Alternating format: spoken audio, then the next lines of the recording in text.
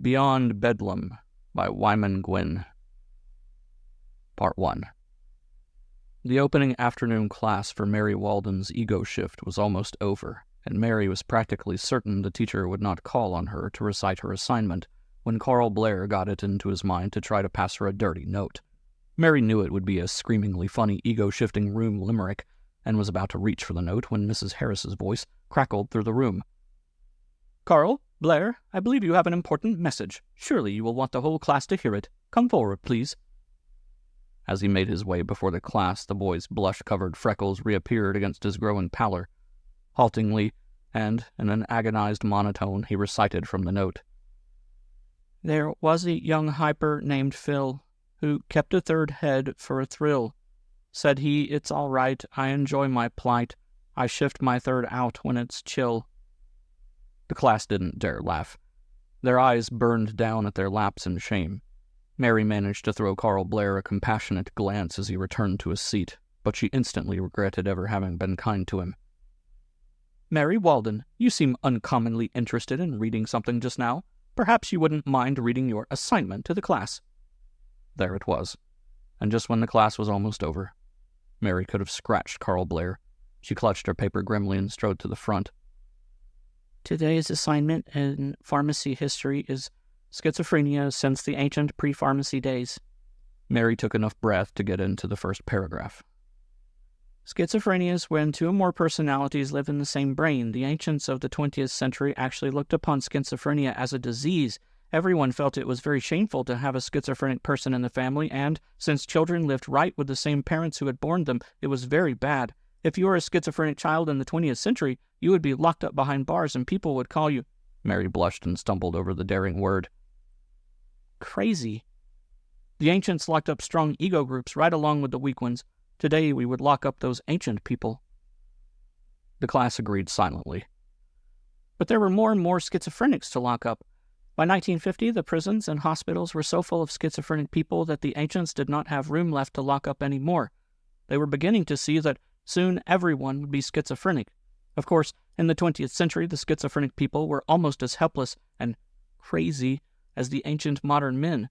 Naturally, they did not fight wars and lead the silly life of the moderns, but without proper drugs, they couldn't control their ego shiftability. The personalities in a brain would always be fighting each other. One personality would cut the body or hurt it to make it filthy, so that when the other personality took over the body, it would have to suffer. No, the schizophrenic people of the 20th century were almost as crazy as the ancient moderns. But then the drugs were invented one by one, and the schizophrenic people of the 20th century were freed of their troubles. With the drugs, the personalities of each body were able to live side by side in harmony at last. It turns out that many schizophrenic people, called over-endowed personalities, simply had so many talents and viewpoints that it took two or more personalities to handle everything. The drugs worked so well that the ancients had to let millions of schizophrenic people out from behind bars of crazy houses. That was the great emancipation of the 1990s. From then on, schizophrenic people had trouble only when they criminally didn't take their drugs. Usually there are two egos in a schizophrenic person, the hyper-alter or prime ego, and the hypo-alter, the alternate ego. There often were more than two, but the Medicorps makes us take our drugs, so that won't happen to us. At last someone realized that if everyone took the new drugs, the Great Wars would stop. At the World Congress of 1997, laws were passed to make everyone take the drugs. There were many fights over this because some people wanted to stay modern and fight wars. The Medicorps was organized and told to kill anyone who wouldn't take their drugs as prescribed. Now the laws are enforced and everybody takes the drugs, and the hyper-alter and hypo-alter are each allowed to have the body for an ego shift of 5 days. Mary Walden faltered. She looked up at the faces of her classmates, started to turn to Mrs. Harris, and felt the sickness growing in her head. 6 great waves of crescendo silence washed through her. The silence swept away everything but the terror, which stood in her frail body like a shrieking rock. Mary heard Mrs. Harris hurry to the shining dispensary along one wall of the classroom and returned to stand before her with a swab of antiseptic and a disposable syringe. Mrs. Harris helped her to a chair. A few minutes after the expert injection, Mary's mind struggled back from its core of silence. "Mary dear, I'm sorry I haven't been watching you closely enough." Oh, Mrs. Harris, Mary's chin trembled. I hope it never happens again. Now, child, we all have to go through these things when we're young. You're just a little slower than the others in acclimatizing to the drugs. You'll be 14 soon, and the Medicop assures me you'll be over this sort of thing just as the others are. Mrs. Harris dismissed the class, and when they had all filed from the room, she turned to Mary.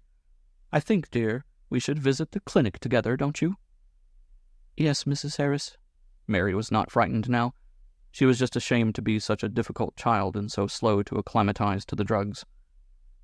As she and the teacher walked down the long corridor to the clinic, Mary made up her mind to tell the Medicop what she thought was wrong.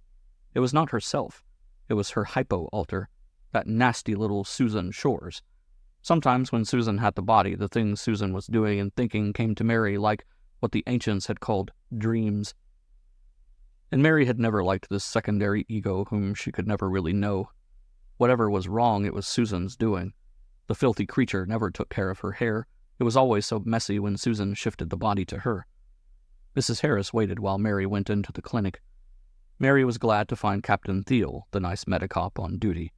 But she was silent while the x-rays were being taken, and of course, while he got the blood samples, she concentrated on being brave. Later, while Captain Thiel looked in her eyes with the bright little light, Mary said calmly, Do you know my hypo-alter, Susan Shores? The Medicop drew back and made some notes on a pad before answering. Why, yes, she's in here quite often, too. Does she look like me? Not much. She's a very nice little girl. He hesitated, visibly fumbling. Mary blurted, Tell me truly, what's she like? Captain Thiel gave her his nice smile. Well, I'll tell you a secret if you keep it to yourself. Oh, I promise. He leaned over and whispered in her ear, and she liked the clean odor of him. She's not nearly as pretty as you are. Mary wanted very badly to put her arms around him and hug him. Instead, wondering if Mrs. Harris waiting outside had heard, she drew back self-consciously and said, Susan is the cause of all this trouble, the nasty little thing. Oh, now, the Medicop exclaimed. I don't think so, Mary. She's in trouble too, you know. She still eats sauerkraut. Mary was defiant. But what's wrong with that? You told her not to last year because it makes me sick on my shift, but it agrees in buckets with a little pig like her. The Medicop took this seriously. He made a note on the pad. Mary, you should have complained sooner. Do you think my father might not like me because Susan Shores is my hypo-alter? She asked abruptly.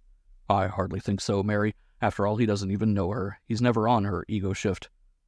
A little bit, Mary said, and was immediately frightened. Captain Thiel glanced at her sharply. What do you mean by that, child? Oh, nothing, Mary said hastily. I just thought maybe he was. Let me see your pharmacase, he said rather severely. Mary slipped the pharmacase off the belt at her waist and handed it to him. Captain Thiel extracted the prescription card from the back and threw it away. He slipped a new card into the taping machine on his desk and punched out a new prescription, which he reinserted in the pharmacase.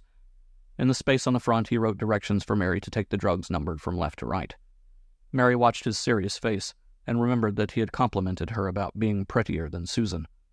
Captain Thiel, is your hypo-alter as handsome as you are? The young Medicop emptied the remains of the old prescription from the pharmacase and took it to the dispensary in the corner, where he slid it into the filling slot. He seemed unmoved by her question and simply muttered, Much handsomer. The machine automatically filled the case from the punched card on its back, and he returned it to Mary. Are you taking your drugs exactly as prescribed? You know there are very strict laws about that, and as soon as you are 14, you will be held to them. Mary nodded solemnly. Great straitjackets, who didn't know there were laws about taking your drugs? There was a long pause, and Mary knew she was supposed to leave. She wanted, though, to stay with Captain Thiel and talk with him. She wondered how it would be if he were appointed her father. Mary was not hurt that her shy compliment to him had gone unnoticed. She had only wanted something to talk about. Finally, she said desperately, Captain Thiel, how is it possible for a body to change as much from one ego shift to another as it does between Susan and me? There isn't all the change you imagine, he said. Have you had your first physiology? Yes, I was very good. Mary saw from his smile that her inadvertent little conceit had trapped her. Then, Miss Mary Walden, how do you think it is possible?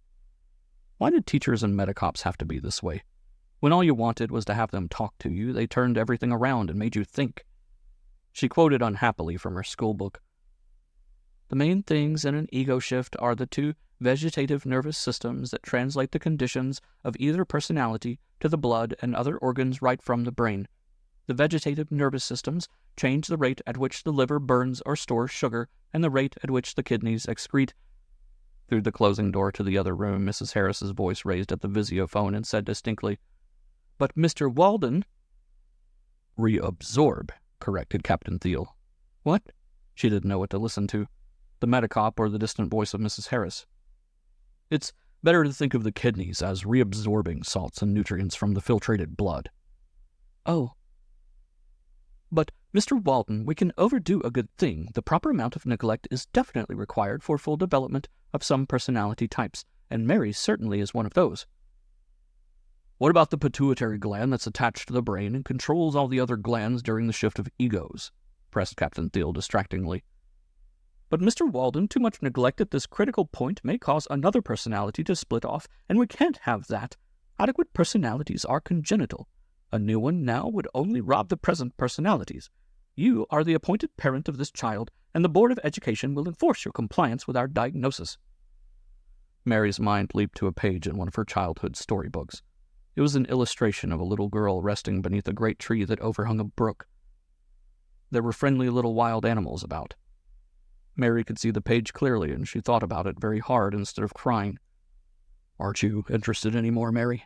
Captain Thiel was looking at her strangely. The agitation in her voice was a surprise. "I have to get home. I have a lot of things to do." Outside, when Mrs. Harris seemed suddenly to realize that something was wrong, and delicately probed to find out whether her angry voice had been overheard, Mary said calmly, and as if it didn't matter, "Was my father home when you called him before?" "Why, yes, Mary, but you mustn't pay any attention to conversations like that, darling."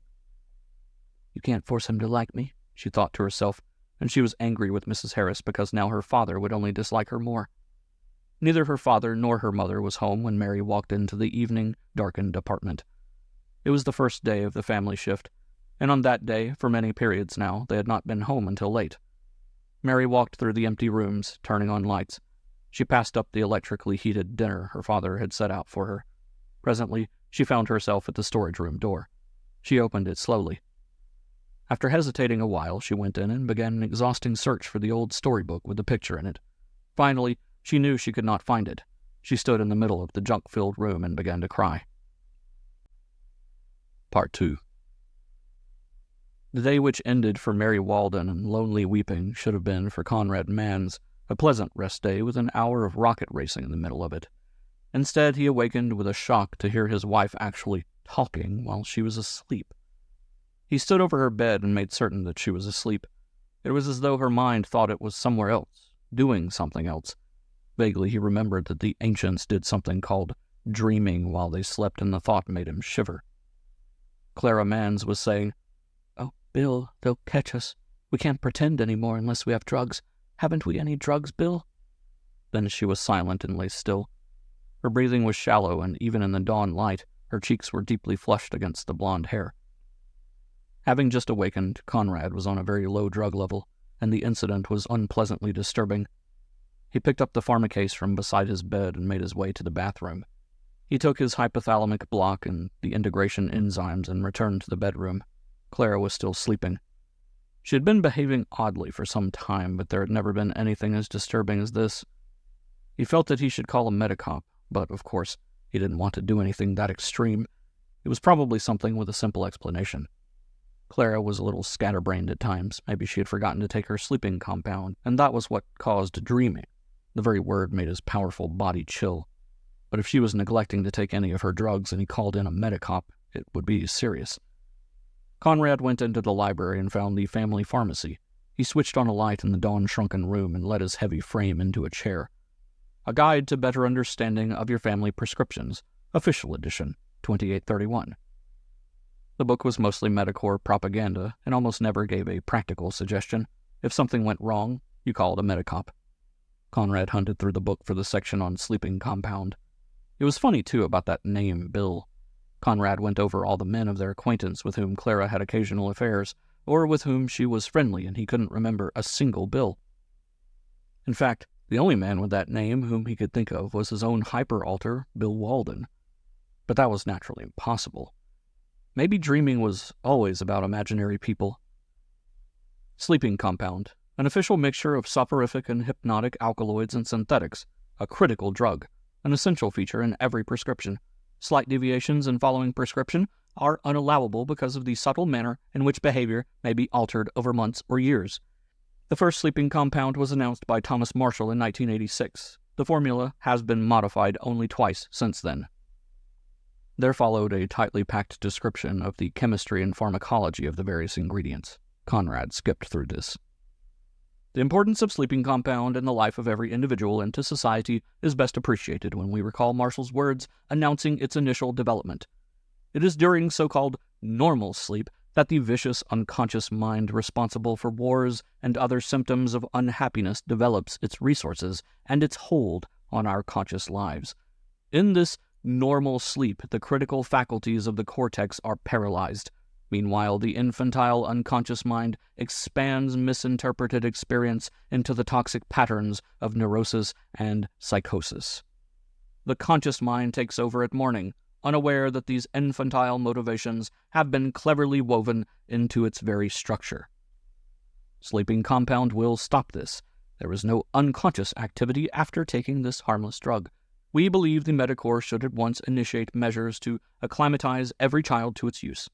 And these children, as the years go by, infantile patterns unable to work during sleep will fight a losing battle during waking hours, with conscious patterns accumulating in the direction of adulthood. That was all there was. Mostly the Medicorps patting its own back for saving humanity. But if you were in trouble and called a Medicop, you'd risk getting into real trouble. Conrad became aware of Clara standing in the doorway. The flush of her disturbed emotions and the pallor of her fatigue mixed in ragged banners on her cheeks. Conrad waved the family pharmacy with a foolish gesture of embarrassment. "Young lady, have you been neglecting to take your sleeping compound?" Clara turned utterly pale. I don't understand." "You were talking in your sleep." "I was?" She came forward so unsteadily that he helped her to a seat. She stared at him. He asked jovially, "Who is this Bill you are so desperately involved with? Have you been having an affair I don't know about? Aren't my friends good enough for you?" The result of this banter was that she alarmingly began to cry, clutching her robe about her and dropping her blonde head on her knees and sobbing. Children cried before they were acclimatized to the drugs, but Conrad Manns had never in his life seen an adult cry. Though he had taken his morning drugs and certain disrupting emotions were already impossible, nevertheless the sight was completely unnerving. In gasps between her sobs, Clara was saying, "Oh, I can't go back to taking them, but I can't keep this up. I just can't." "Clara, darling, I don't know what to say or do. I think we ought to call the Medicorps." Intensely frightened, she rose and clung to him, begging, "Oh, no, Conrad, that isn't necessary. It isn't necessary at all. I've only neglected to take my sleeping compound, and it won't happen again. All I need is a sleeping compound. Please get my pharmacase for me, and it will be all right." She was so desperate to convince him that Conrad got the pharmacase and a glass of water for her, only to appease the white face of fright. Within a few minutes of taking the sleeping compound, she was calm. As he put her back to bed, she laughed with a lazy indolence. "Oh, Conrad, you take it so seriously. I only needed a sleeping compound, very badly, and now I feel fine. I'll sleep all day. It's a rest day, isn't it? Now go race a rocket and stop worrying and thinking about calling the Medicops." But Conrad did not go to rocket racing as he had planned. Clara had been asleep only a few minutes when there was a call on the Visiophone. They wanted him at the office.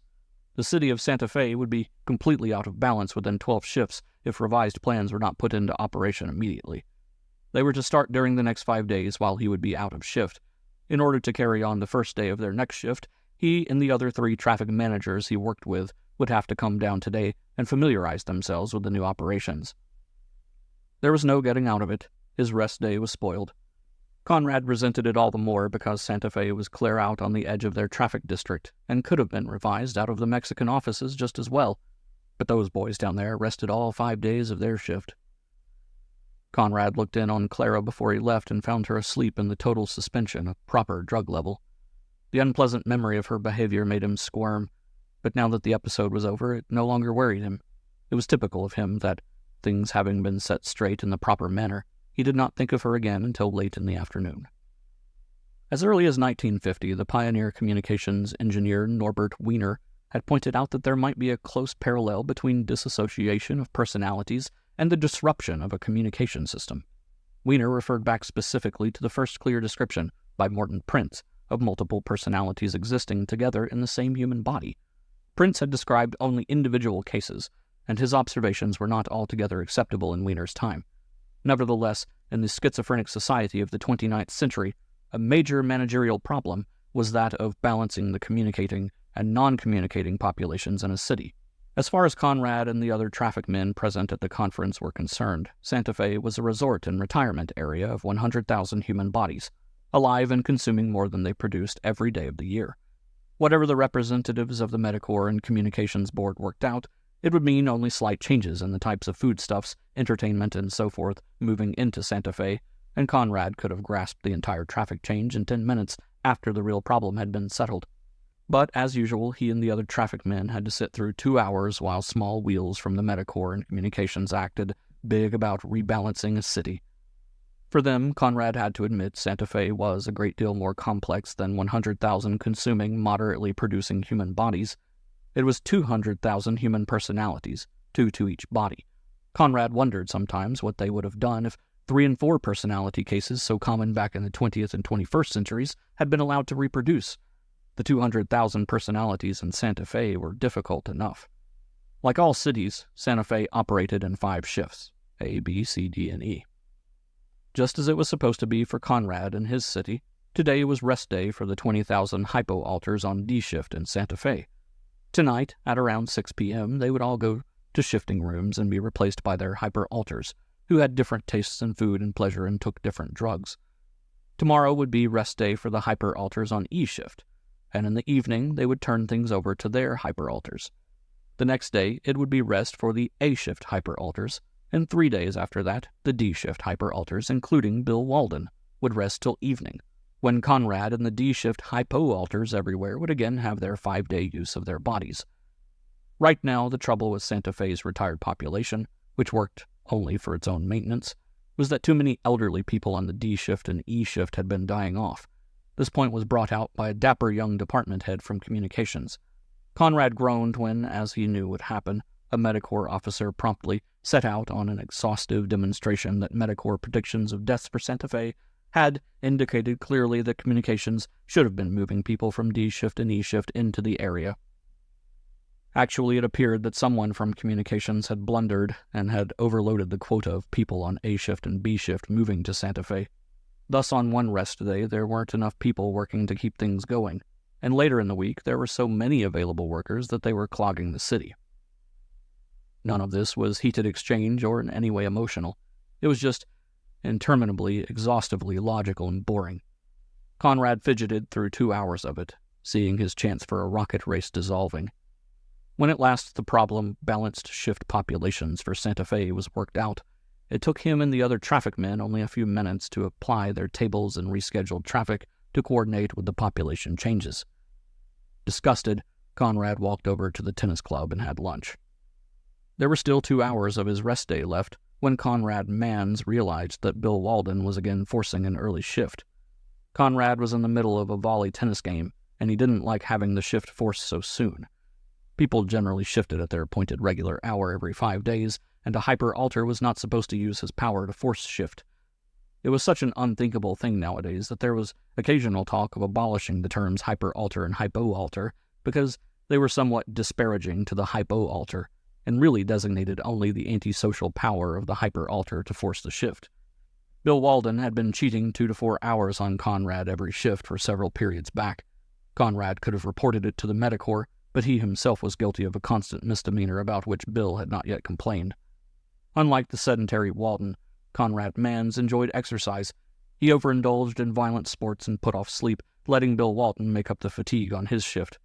That was undoubtedly why the poor old sucker had started cheating a few hours on Conrad's rest day. Conrad laughed to himself, remembering the time Bill Walden had registered a long list of sports which he wished Conrad to be restrained from. Rocket racing, deep-sea exploration, jet skiing. It had only given Conrad some ideas he hadn't had before. The Medicorps had refused to enforce the list on the basis that danger and violent exercise were a necessary outlet for Conrad's constitution. Then poor old Bill had written Conrad a note threatening to sue him for any injury resulting from such sports, as if he had a chance against the Medicorps ruling. Conrad knew it was no use trying to finish the volley tennis game. He lost interest and couldn't concentrate on what he was doing when Bill started forcing the shift. Conrad shot the ball back at his opponent in a blistering curve impossible to intercept. "So long," he yelled at the man. "I've got some things to do before my shift ends." He lounged into the locker rooms and showered, put his clothes and belongings, including his pharmacase, in a shipping carton, addressing them to his own home and dropping them in a mail chute. He stepped with languid nakedness across the hall, pressed his identifying wristband to a lock face, and dialed his clothing sizes. In this way, he procured a neatly wrapped, clean-shifting costume from the slot. He put it on without bothering to return to his shower room. He shouted a loud goodbye to no one in particular among the several men and women in the baths, and stepped out onto the street. Conrad felt too good even to be sorry that his shift was over. After all, nothing happened except you came to 5 days later on your next shift. The important thing was the rest day. He had always said the last day of the shift should be a work day. Then you would be glad it was over. He guessed the idea was to rest the body before another personality took over. Well, poor old Bill Walden never got a rested body. He probably slept off the first 12 hours. Walking unhurriedly through the street crowds, Conrad entered a public shifting station and found an empty room. As he started to open the door, a girl came out of the adjoining booth and Conrad hastily averted his glance. She was still rearranging her hair. There were so many rude people nowadays who didn't seem to care at all about the etiquette of shifting, women particularly. They were always redoing their hair or makeup where a person couldn't help seeing them. Conrad pressed his identifying wristband to the lock and entered the booth he had picked. The act automatically sent the time and his shift number to Medicorps headquarters. Once inside the shifting room, Conrad went to the lavatory and turned on the faucet of makeup solvent. In spite of losing 2 hours of his rest day, he decided to be decent to old Bill, though he was half tempted to leave his makeup on. It was a pretty foul joke, of course, especially on a humorless fellow like poor Walden. Conrad creamed his face thoroughly and then washed it in water and used the automatic dryer. He looked at his strong-lined features in the mirror. They displayed a less distinct expression of his own personality with the makeup gone. He turned away from the mirror, and it was only then that he remembered he hadn't spoken to his wife before shifting. Well, he couldn't decently call up and let her see him without makeup. He stepped across to the Visio-phone and set the machine to deliver his spoken message in type. "Hello, Clara. Sorry, I forgot to call you before. Bill Walden is forcing me to shift early again. I hope you're not still upset about that business this morning. Be a good girl and smile at me on the next shift. I love you. Conrad." Part 3. For a moment when the shift came, the body of Conrad Mans stood moronically uninhabited.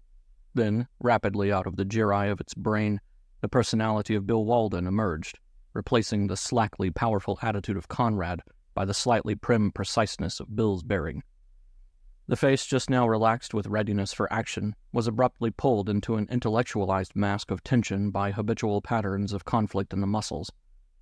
There were also acute, momentary signs of clash between the vegetative nervous activity characteristic of Bill Walden and the internal homeostasis Conrad Mans had left behind him.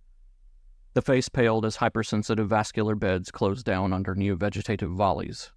Bill Walden grasped sight and sound, and the sharp odor of makeup solvent stung his nostrils. He was conscious of only one clamoring, terrifying thought. They will catch us. It cannot go much longer without Helen guessing about Clara. She is already angry about Clara delaying the shift, and if she learns from Mary that I am cheating on Conrad's shift... Any time now, perhaps this time when the shift is over, I will be looking into the face of a medicop who is pulling a needle from my arm, and then it'll all be over. So far, at least, there was no medicop. Still feeling unreal but anxious not to lose precious moments, Bill took an individualized kit from the wall dispenser and made himself up. He was sparing and subtle in his use of the makeup, unlike the horrible makeup jobs Conrad Mans occasionally left on. Bill rearranged his hair. Conrad always wore it too short for his taste, but you couldn't complain about everything. Bill sat in a chair to await some of the slower aspects of the shift. He knew that an hour after he left the booth, his basal metabolic rate would be 10 points higher. His blood sugar would go down steadily. In the next 5 days he would lose 6 to 8 pounds, which Conrad later would promptly regain. Just as Bill was about to leave the booth, he remembered to pick up a news summary. He put his wristband to the switch on the telephoto, and a freshly printed summary of the last 5 days in the world fell into the rack. His wristband, of course, called forth one edited for hyperalters on the D shift. It did not mention by name any hypoalter on the D shift. Should one of them have done something that it was necessary for Bill or other D shift hyperalters to know about, it would appear in news summaries called forth by their wristbands, but told in such fashion that the personality involved seemed namelessly incidental, while names and pictures of hyperalters and hypoalters on any of the other 4 shifts naturally were freely used. The purpose was to keep Conrad Manns and all other hypoalters on the D shift, 1/10 of the total population, non-existent as far as their hyperalters were concerned. This convention made it necessary for photoprint summaries to be on the light-sensitive paper that blackened illegibly before 6 hours were up, so that a man might never stumble on news about his hypoalter. Bill did not even glance at the news summary. He had picked it up only for appearances. The summaries were essential if you were going to start where you left off on your last shift and have any knowledge of the 5 intervening days. A man just didn't walk out of a shifting room without one. It was a failure to do little things like that that would start them wondering about him. Bill opened the door of the booth by applying his wristband to the lock and stepped out into the street. Late afternoon crowds pressed about him. Across the boulevard, a helicopter landing swarmed with clouds of rising commuters.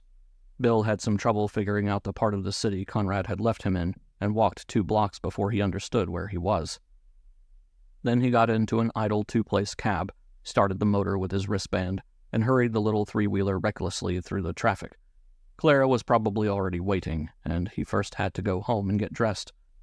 The thought of Clara waiting for him in the park near her home was a sharp reminder of his strange situation. He was in a left you with shame, and a fear that the other fellow would tell people you seemed to have a pathological interest in your alter and must need a change in your prescription. But the most flagrant abuser of such morbid little exchanges would have been horrified to learn that right here in the middle of the daylight traffic was a man who was using his antisocial shifting power to meet in secret the wife of his own hypoalter. Bill did not have to wonder what the Medicorps would think. Relation between hyperalter's world was literally not supposed to exist for him, for it was the world of his own hypoalter, Conrad Manns. Undoubtedly there were people in the traffic up ahead who knew both him and Conrad, people from the other shifts, who never mentioned the one to the other except in those guarded, snickering little confidences they couldn't resist telling and you couldn't resist listening to. After all, the most important person in the world was your alter. If he got sick, injured, or killed, so would you. Thus, in moments of intimacy or joviality, an undercover exchange went on. I'll tell you about your hyperalter if you'll tell me about my hypoalter. It was orthodox bad manners, that, and hypoalters of opposite sex were punishable, drastically punishable. When he arrived at the apartment, Bill remembered to order a dinner for his daughter Mary. His order, dialed from the day's menu, was delivered to the apartment pneumatically, and he set it out over electric warmers. He wanted to write a note to the child, but he started 2 and threw both in the basket. He couldn't think of anything to say to her. Staring at the lonely table he was leaving for Mary, Bill felt his guilt overwhelming him. He could stop the behavior which led to the guilt by taking his drugs as prescribed. They would return him immediately to the sane and ordered conformity of the world. He would no longer have to carry the fear that the Medicorps would discover he was not taking his drugs. He would no longer neglect his appointed child. He would no longer endanger the very life of Conrad's wife Clara, and, of course, his own. When you took your drugs as prescribed, it was impossible to experience such ancient and primitive emotions as guilt. Even should you miscalculate and do something wrong, the drugs would not allow any such emotional reaction. To be free to experience his guilt over the lonely child who needed him was, for these reasons, a precious thing to Bill. In all the world, this night he was undoubtedly the only man who could and did feel one of the ancient emotions. People felt shame, not guilt, conceit, not pride, pleasure, not desire. Now that he had stopped taking his drugs as prescribed, Bill realized that the drugs allowed only an impoverished segment of a vivid emotional spectrum. But, however exciting it was to live them, the ancient emotions did not seem to act as deterrents to bad behavior. Bill's sense of guilt did not keep him from continuing to neglect Mary. His fear of being caught did not restrain him from breaking every rule of inter-alter law and loving Clara his own hypo-alter's wife. Bill got dressed as rapidly as possible. He tossed the discarded shifting costume into the return chute. He retouched his makeup, trying to eliminate some of the heavy, inexpressive planes of muscularity which were more typical of Conrad than of himself. The act reminded him of the shame which his wife Helen had felt when she learned a few years ago that her own hypo-alter, Clara, and his hypo-alter, Conrad, had obtained from the Medicorps a special release to marry. Such rare marriages in which the same bodies lived together on both halves of a shift were something to snicker about. They verged on the antisocial, but could be arranged if the batteries of Medicorps tests could be satisfied. Perhaps it had been the very intensity of Helen's shame on learning of this marriage, the nauseous display of conformity so typical of his wife, that had first given Bill the idea of seeking out Clara, who had dared convention to make such a peculiar marriage. Over the years, Helen had continued blaming all of their troubles on the fact that both egos of himself were living with and intimate with both egos of herself. So Bill had started cutting down on his drugs, the curiosity having become an obsession. What was this other part of Helen like, this Clara, who was unconventional enough to want to marry only Bill's own hypo-alter, in spite of almost certain public shame?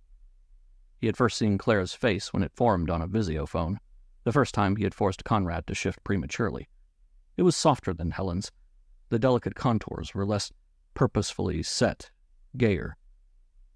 "Clara Mans?" Bill had sat there staring at the visiophone for several seconds, unable to continue. His great fear that she would immediately report him must have been naked on his face. He had watched an impish suspicion grow in the tender curve of her lips and her oblique glance from the visiophone. She did not speak. "Mrs. Mance," he finally said, "I would like to meet you in the park across from your home." To this awkward opening he owed the first time he had heard Clara laugh. Her warm, clear laughter, teasing him, tumbled forth like a cloud of gay butterflies. "Are you afraid to see me here at home because my husband might walk in on us?" Bill had been put completely at ease by this bantering indication that Clara knew who he was and welcomed him as an intriguing diversion. Quite literally, the one person who could not walk in on them, as the ancients thought of it, was his own hypo-alter, Conrad Mans. Bill finished retouching his makeup and hurried to leave the apartment. But this time, as he passed the table where Mary's dinner was set out, he decided to write a few words to the child, no matter how empty they sounded to himself. The note he left explained that he had some early work to do at the microfilm library where he worked. Just as Bill was leaving the apartment, the visiophone buzzed. In his hurry, Bill flipped the switch before he thought. Too late, his hand froze, and the implications of this call, an hour before anyone would normally be home, shot a shaft of terror through him. But it was not the image of a medicop that formed on the screen. The woman introduced herself as Mrs. Harris, one of Mary's teachers. It was strange that she should have thought he might be home. The shift for children was half a day earlier than that for adults, so the parents could have half their rest day free. This afternoon would be for Mary the first classes of her shift, but the teacher must have guessed something was wrong with the shifting schedules in Mary's family. Or had the child told her? Mrs. Harris explained rather dramatically that Mary was being neglected. What could he say to her? That he was a criminal breaking drug regulations in the most flagrant manner? That nothing, not even the child appointed to him, meant more to him than his wife's own hypo-alter? Bill finally ended the hopeless and possibly dangerous conversation by turning off the receiver and leaving the apartment. Bill realized that now, for both him and Clara, the greatest joy had been those first few times together. The enormous threat of a Medicorps retaliation took the pleasure from their contact, and they came together desperately because, having tasted this fantastic nonconformity and the new undrugged intimacy, there was no other way for them. Even now, as he drove through the traffic toward where she would be waiting, he was not so much concerned with meeting Clara in their fear-poisoned present as with the vivid, aching remembrance of what those meetings once had really been like. He recalled an evening they had spent lying on the summer lawn of the park, looking out at the haze-dimmed stars. It had been shortly after Clara joined him in cutting down on the drugs, and the clear memory of their quiet laughter so captured his mind now that Bill almost tangled his car in the traffic. In memory he kissed her again, and, as it had then, the newly cut grass mixed with the exciting fragrance of her skin. After the kiss they continued a mock discussion of the ancient word, sin. Bill pretended to be trying to explain the meaning of the word to her, sometimes with definitions that kept them laughing, and sometimes with demonstrational kisses that stopped their laughter. He could remember Clara's face, turned to him in the evening light with an outrageous parody of interest. He could hear himself saying, "You see, the ancients would say we're not sinning because they would disagree with the Medicops that you and Helen are two completely different people, or that Conrad and I are not the same person." Clara kissed him with an air of tentative experimentation. No, I can't say I care for that interpretation." "You'd rather be sinning?" "Definitely." "Well, if the ancients did agree with the Medicops that we are distinct from our alters, Helen and Conrad, then they would say we are sinning, but not for the same reasons the Medicor would give." "That," asserted Clara, "is where I get lost. If this sinning business is going to be worth anything at all, it has to be something you can identify." Bill cut his car out of the mainstream of traffic and toward the park without interrupting his memory. "Well, darling, I don't want to confuse you, but the Medicops would say we are sinning only because you are my wife's hypo-alter, and I am your husband's hyper-alter. In other words, for the very reason the ancients would say we are not sinning. Furthermore, if either of us were with anyone else, the Medicops would think it was perfectly all right, and so would Conrad and Helen, provided, of course, I took a hyper-alter and you took a hypo-alter only." "Of course," Clara said, and Bill hurried over the gloomy fact. "The ancients, on the other hand, would say we are sinning because we are making love to someone we are not married to." "But what's the matter with that? Everybody does it." "The ancient moderns didn't. Or, that is, they often did, but—" Clara brought her full lips hungrily to him. "Darling, I think the ancient moderns had the right idea, though I don't see how they ever arrived at it." Bill grinned. "It was just an invention of theirs, along with the wheel and atomic energy." That evening was long gone by as Bill stopped the little taxi beside the park and left it there for the next user. He walked across the lawns toward the statue where he and Clara always met. The very thought of entering one's own hypo-alter's house was so unnerving that Bill brought himself to do it only by first meeting Clara near the statue. As he walked between the trees, Bill could not again capture the spirit of that evening he had been remembering. The Medicor was too close. It was impossible to laugh that way now. Bill arrived at the statue, but Clara was not there. He waited impatiently while a livid sunset coagulated between the branches of the great trees. Clara should have been there first. It was easier for her because she was leaving her shift and without doing it prematurely. The park was like a quiet backwater in the eddying rush of the evening city. Bill felt conspicuous and vulnerable in the gloaming light. Above all, he felt a new loneliness, and he knew that now Clara felt it too. They needed each other, as each had been, before fear had bleached their feeling to white bones of desperation. They were not taking their drugs as prescribed, and for that they would be horribly punished. That was the only unforgivable sin in their world. By committing it, he and Clara had found out what life could be, in the same act that would surely take life from them. Their powerful emotions they had found in abundance simply by refusing to take the drugs and by being together briefly each fifth day in a dangerous breach of all convention. The closer their discovery and the greater their terror, the more desperately they needed even their terror, and the more impossible became the delight of their first meetings. Telegraphing bright beads of sound, a night bird skimmed the sunset lawns to the looming statue and skewed around its monolithic base. The bird's piping doubled and then choked off as it veered frantically from Bill. After a while, far off through the park, it released a fading protest of song. Above Bill, the towering statue of the great Alfred Morris blackened against the sunset. The hollowed granite eyes bore down on him out of an undecipherable dark, the ancient, implacable face of the Medicor. As if to pronounce a sentence on his present crimes by a magical disclosure of the weight of centuries, a pool of sulphurous light and leaf shadows danced on the painted plaque at the base of the statue. On this spot, in the Gregorian year 1996, Alfred Morris announced to an assembly of war survivors the hypothalamic block. His stirring words were, "This new drug selectively halts at the thalamic brain the upward flow of unconscious stimuli and the downward flow of unconscious motivations. It acts as a screen between the cerebrum and the psychosomatic discharge system. Using hypothalamic block, we will not act emotively, we will initiate acts only from the logical demands of situations." This announcement and the subsequent wholehearted action of the war-weary people made the taking of hypothalamic block obligatory. This put an end to the powerful play of unconscious mind in the public and private affairs of the ancient world. It ended the great paranoid wars and saved mankind. In the strange evening light, the letters seemed alive, a centuries-old condemnation of any who might try to go back to the ancient pre-pharmacy days. Of course, it was not really possible to go back. Without drugs, everybody and all society would fall apart.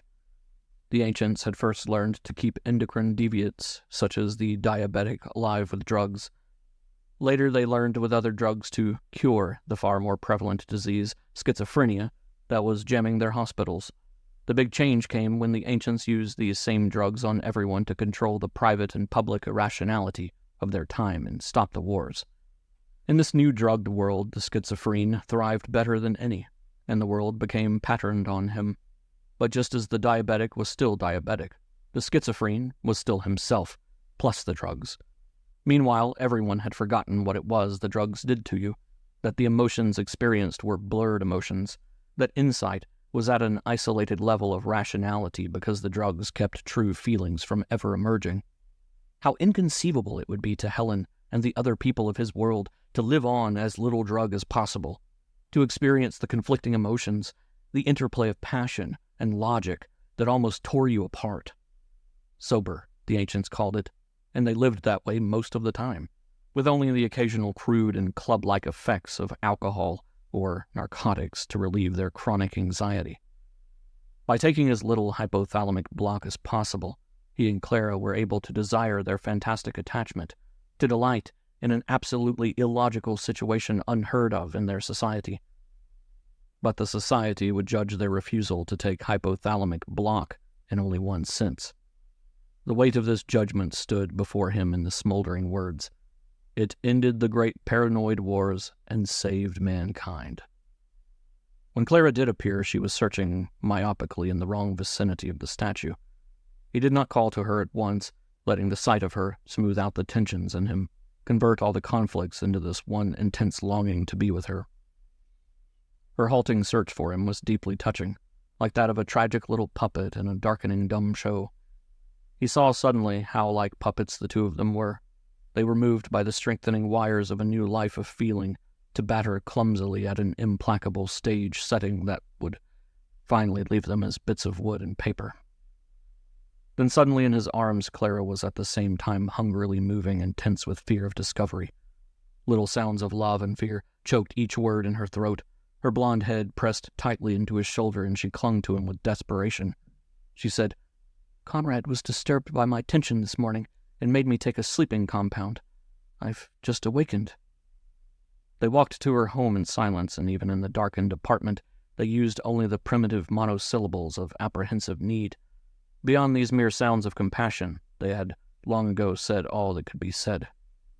Because Bill was the hyper-alter, he had no fear that Conrad could force a shift on him. When later they lay in darkness, he allowed himself to drift into a brief slumber. Without the sleeping compound, distorted events came and went without reason. Dreaming, the ancients had called it. It was one of the most frightening things that had begun to happen when he first cut down on the drugs. Now, in the few seconds that he dozed, 1,000 fragments of incidental knowledge, historical reading, and emotional need melded, and, in a strange contrast to their present tranquility, he was dreaming a frightful moment in the 20th century. These are the great paranoid wars, he thought. And it was so because he had thought it. He searched frantically through the glove compartment of an ancient automobile. "Wait," he pleaded. "I tell you, we have sulfonamide 14. We've been taking it regularly as directed. We took a double dose back in Paterson because there were soft bombs all through that part of Jersey, and we didn't know what would be declared plague area next." Now Bill threw things out of his satchel onto the floor and seat of the car, fumbling deeper by the flashlight Clara held. His heart beat thickly with terror. Then he remembered his pharma case. Well, why hadn't they remembered sooner about their pharma cases? Bill tore at the belt about his waist. The Medicorps captain stepped back from the door of their car. He jerked his head at the dark form of the corporal standing in the roadway. "Shoot them. Run the car off the embankment before you burn it." Bill screamed metallically through the speaker of his radiation mask. "Wait, I found it." He thrust the pharmacase out the door of the car. "This is a pharmacase," he explained. "We keep our drugs in one of these, and it's belted to our waist so we are never without them." The captain of the Medicorps came back. He inspected the pharmacase and the drugs and returned it. "From now on, keep your drugs handy. Take them without fail according to radio instructions. Do you understand?" Clara's head pressed heavily against Bill's shoulder, and he could hear the tinny sound of her sobbing through the speaker of her mask. The captain stepped into the road again. "We'll have to bury your car. You pass through a plague area, and it can't be sterilized on this route. About a mile up this road, you'll come to a sterilization unit. Stop and have your person and belongings weighed. After that, keep walking, but stick to the road. You'll be shot if you're caught off it." The road was crowded with fleeing people. Their way was lighted by piles of cadavers writhing in gasoline flames. The Medicorps was everywhere. Those who stumbled, those who coughed, the delirious and their helping partners. These were taken to the side of the road, shot and burned, and there was bombing again to the south. Bill stopped in the middle of the road and looked back. Clara clung to him. "There is a plague here, and we haven't any drug for," he said, and realized he was crying. "We are all mad." Clara was crying too. "Darling, what have you done? Where are the drugs?" The water of the Hudson hung as it had in the late afternoon, ice crystals in the stratosphere. The high sheet flashed and glowed in the new bombing to the south, where multicolored pillars of flame boiled into the sky. But the muffled crash of the distant bombing was suddenly the steady click of the urgent signal on a bedside visiophone, and Bill was abruptly awake. Clara was throwing on her robe and moving toward the machine on terror-rigid limbs. With a scrambling motion, Bill got out of the possible view of the machine and crouched at the end of the room. Distinctly, he could hear the machine say, "Clara Mans?" "Yes." Clara's voice was a thin treble that could have been a shriek had it continued. "This is Medicorps headquarters. A routine check discloses you have delayed your shift 2 hours. To maintain the statistical record of deviations, please give us a full explanation." Clara had to swallow before she could talk. "I must have taken too much sleeping compound." "Mrs. Mans, our records indicate that you have been delaying your shift consistently for several periods now. We made a check of this as a routine follow-up on any such deviation, but the discovery is quite serious." There was a harsh silence, a silence that demanded a logical answer. But how could there be a logical answer? "My hyper-alter hasn't complained, and I have just let a bad habit develop. I'll see that it doesn't happen again." The machine voiced several platitudes about the responsibilities of one personality to another and the duty of all to society before Clara was able to shut it off. Both of them sat as they were for a long time while the tide of terror subsided. When at last they looked at each other across the dim and silent room, both of them knew there could be at least one more time together before they were caught. Part 4. 5 days later, on the last day of her shift, Mary Walden wrote the address of her appointed father's hypo-alter, Conrad Mans, with an indelible pencil on the skin just below her armpit. During the morning, her father and mother had spoiled the family rest day by quarreling. It was about Helen's hypo-alter delaying so many shifts. Bill did not think it very important, but her mother was angry and threatened to complain to the Medicorps. The lunch was eaten in silence, except that at one point Bill said, "It seems to me Conrad and Clara Mans are guilty of a peculiar marriage, not us. Yet they seem perfectly happy with it, and you're the one who is made unhappy. The woman has probably just developed a habit of taking too much sleeping compound for her rest day naps. Why don't you drop her a note?" Helen made only one remark. It was said through her teeth and very softly. "Bill, I would just as soon the child did not realize her relationship to this sordid situation." Mary cringed over the way Helen disregarded her hearing, the possibility that she might be capable of understanding, or her feelings about being shut out of their mutual world. After the lunch, Mary cleared the table, throwing the remains of the meal and the plastic plates into the flash trash disposer. Her father had retreated to the library room, and Helen was getting ready to attend a citizens' meeting. Mary heard her mother enter the room to say goodbye while she was wiping the dining table. She knew that Helen was standing, well-dressed and a little impatient, just behind her, but she pretended she did not know. "Darling, I'm leaving now for the citizens' meeting." "Oh, yes?" "Be a good girl and don't be late for your shift. You only have an hour now." Helen's patrician face smiled. "I won't be late." "Don't pay any attention to the things Bill and I discussed this morning, will you?" "No." And she was gone. She did not say goodbye to Bill. Mary was very conscious of her father in the house. He continued to sit in the library. She walked by the door, and she could see him sitting in a chair staring at the floor. Mary stood in the sunroom for a long while. If he had risen from his chair, if he had rustled a page, if he had sighed, she would have heard him. It grew closer and closer to the time she would have to leave if Susan Shores was to catch the first school hours of her shift. Why did children have to shift half a day before adults? Finally, Mary thought of something to say. She could let him know she was old enough to understand what the quarrel had been about, if only it were explained to her. Mary went into the library and hesitantly sat on the edge of a couch near him. He did not look at her, and his face seemed gray in the midday light. Then she knew that he was lonely too, but a great feeling of tenderness for him went through her. "Sometimes I think you and Clara Mans must be the only people in the world," she said abruptly, "who aren't so silly about shifting right on the dot. Why, I don't care if Susan Shores is an hour late for classes."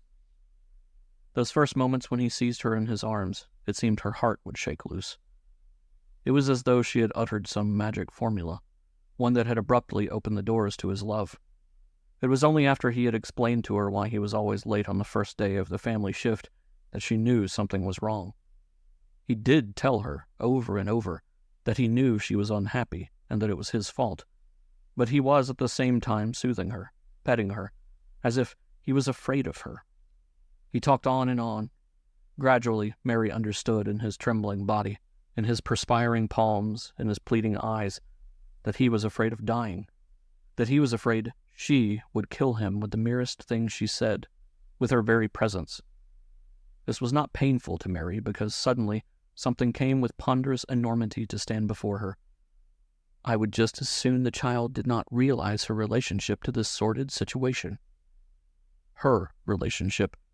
It was some kind of relationship to Conrad and Clara Mans, because those were the people they had been talking about. The moment her father left the apartment, she went to his desk and took out the file of family records. After she found the address of Conrad Mans, the idea occurred to her to write it on her body. Mary was certain that Susan Shores never bathed, and she thought this a clever idea. Sometime on Susan's rest day, 5 days from now, she would try to force the shift and go to see Conrad and Clara Mans. Her plan was simple in execution, but totally vague as to goal. Mary was already late when she hurried to the children's section of a public shifting station. A children's transfer bus was waiting, and Mary registered on it for Susan Shores to be taken to school. After that, she found a shifting room and opened it with her wristband. She changed into a shifting costume and sent her own clothes and belongings home. Children her age did not wear makeup, but Mary always stood at the mirror during the shift. She always tried as hard as she could to see what Susan Shores looked like. She giggled over a verse that was scrawled beside the mirror. "Rouge your hair and comb your face. Many a third head is lost in this place." And then the shift came, doubly frightening because of what she knew she was going to do. Especially if you were a hyper-alter like Mary, you were supposed to have some sense of the passage of time while you were out of shift. Of course, you did not know what was going on, but it was as though a more or less accurate chronometer kept running when you were out of shift. Apparently, Mary's was highly inaccurate because, to her horror, she found herself sitting bolt upright in one of Mrs. Harris's classes, not out on the playgrounds where she had expected Susan Shores to be. Mary was terrified, and the ugly school dress Susan had been wearing accented by its strangeness the seriousness of her premature shift. Children weren't supposed to show much difference from hyper-alter to hypo-alter, but when she raised her eyes, her fright grew. Children did change. She hardly recognized anyone in the room, though most of them must be alters of her own classmates. Mrs. Harris was a B-shift and overlapped both Mary and Susan, but otherwise Mary recognized only Carl Blair's hypo-alter because of his freckles. Mary knew she had to get out of there, or Mrs. Harris would eventually recognize her. If she left the room quietly, Mrs. Harris would not question her unless she recognized her. It was no use trying to guess how Susan would walk. Mary stood and went toward the door, glad that it turned her back to Mrs. Harris. It seemed to her that she could feel the teacher's eyes stabbing through her back, but she walked safely from the room. She dashed down the school corridor and out into the street. So great was her fear of what she was doing that her hypo-alter's world actually seemed like a different one. It was a long way for Mary to walk across town, and when she rang the bell, Conrad Mans was already home from work. He smiled at her, and she left him at once. "Well, what do you want, young lady?" he asked.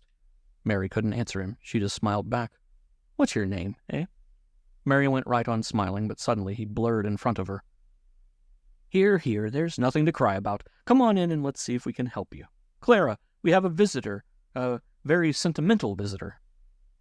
Mary let him push his big arm around her shoulder and draw her crying into the apartment. Then she saw Clara swimming before her, looking like her mother, but no, not at all like her mother. Now, see here, chicken, what is it you've come for? Conrad asked when her crying stopped. Mary had to stare hard at the floor to be able to say it. I want to live with you. Clara was twisting and untwisting a handkerchief. But, child, we have already had our first baby appointed to us. He'll be with us next shift, and after that, I have to bear a baby for someone else to keep. We wouldn't be allowed to take care of you. I thought maybe I was your real child, Mary said it helplessly, knowing in advance what the answer would be. Darling, Clara soothed, children don't live with their natural parents. It's neither practical nor civilized. I've had a child conceived and born on my shift, and this baby is my exchange. So you see that you're much too old to be my conception. Whoever your natural parents may be, it is just something on record with the Medicore genetic division and isn't important. But you're a special case, Mary pressed. I thought because it was a special arrangement that you were my real parents. She looked up and she saw that Clara had turned white. And now Conrad Manns was agitated too. What do you mean we're a special case? He was staring hard at her. Because, and now for the first time Mary realized how special this case was, how sensitive they would be about it. He grasped her by the shoulders and turned her so she faced his unblinking eyes. I said, what do you mean we're a special case? Clara, what in 30 heads does this kid mean? His grip hurt her and she began to cry again. She broke away. You're the hypo-alters of my appointed father and mother. I thought maybe when it was like that, I might be your real child and you might want me. I don't want to be where I am. I want somebody... Clara was calm now, but sudden fear gone. But, darling, if you're unhappy where you are, only the Medicore can reappoint you. Besides, maybe your appointed parents are just having some personal problems right now. Maybe if you tried to understand them, you would see they really love you. Conrad's face showed that he did not understand. He spoke with a stiff, quiet voice and without taking his eyes from Mary. What are you doing here? My own hyper-alters kid in my house? Throwing it up to me that I'm married to his wife's hypo-alter? They did not feel the earth move as she fearfully did. They sat there, staring at her, as though they might sit forever, while she backed away out of the apartment and ran into her collapsing world. Part 5. Conrad Manns's rest day fell the day after Bill Walden's kid showed up at his apartment. It was 10 days since that straitjacket of a conference on Santa Fe had lost him a chance to blast off a rocket racer. This time, on the practical knowledge that emergency business conferences were seldom called after lunch, Conrad had placed his reservation for a racer in the afternoon. The visit from Mary Walden had upset him every time he thought of it. Since it was his rest day, he had no intention of thinking about it, and Conrad's scrupulously drugged mind was capable of just that. So now, in the lavish coolness of the lounge at the Rocket Club, Conrad sipped his drink contentedly and made no contribution to the gloomy conversation going on around him. Look at it this way, the melancholy face of Alberts, a pilot from England, morosely emphasized his tone. It takes about 10,000 economic units to jack a 40-ton ship up to satellite level and snap it around the course 6 times. That's just practice force. On the other hand, an intellectual fellow who spends his spare time at a microfilm library doesn't use up 1,000 units in a year. In fact, his spare time activity may turn up as units gained. The Economic Board doesn't argue that all pastime should be gainful. They just say rocket racing wastes more economic units than most pilots make on their work days. I tell you, the day is almost here when they ban the rockets. That's just it, another pilot put in. There was a time when you could show that rocket races were necessary for better spaceship design. Design has gone way beyond that. From their point of view, we just burn up units as fast as other people create them, and it's no use trying to argue for the television shows. The board can prove people would rather see a jet skiing meet at a cost of about 1/100th that of a rocket race. Conrad Manns grinned into his drink. He had been aware for several minutes that pert little Angela, Albert's soft-eyed, husky-voiced wife, was trying to catch his eye. But stranded as she was in the buzzing traffic of rockets, she was trying to hail the wrong rescuer. He had about 15 minutes till the ramp boys would have a ship ready for him. Much as he liked Angela, he wasn't going to miss that race. Still, he let his grin broaden, and, looking up at her, he lied maliciously by nodding. She interpreted this signal as he knew she would. Well, at least he would afford her a graceful exit from the boring conversation. He got up and went over and took her hand. Her full lips parted a little, and she kissed him on the mouth. Conrad turned to Alberts and interrupted him. "Angela and I would like to spend a little time together. Do you mind?" Alberts was annoyed at having his train of thought broken, and rather snapped out the usual courtesy. "Of course not. I'm glad for you both." Conrad looked the group over with a bland stare. "Have you lads ever tried jet skiing?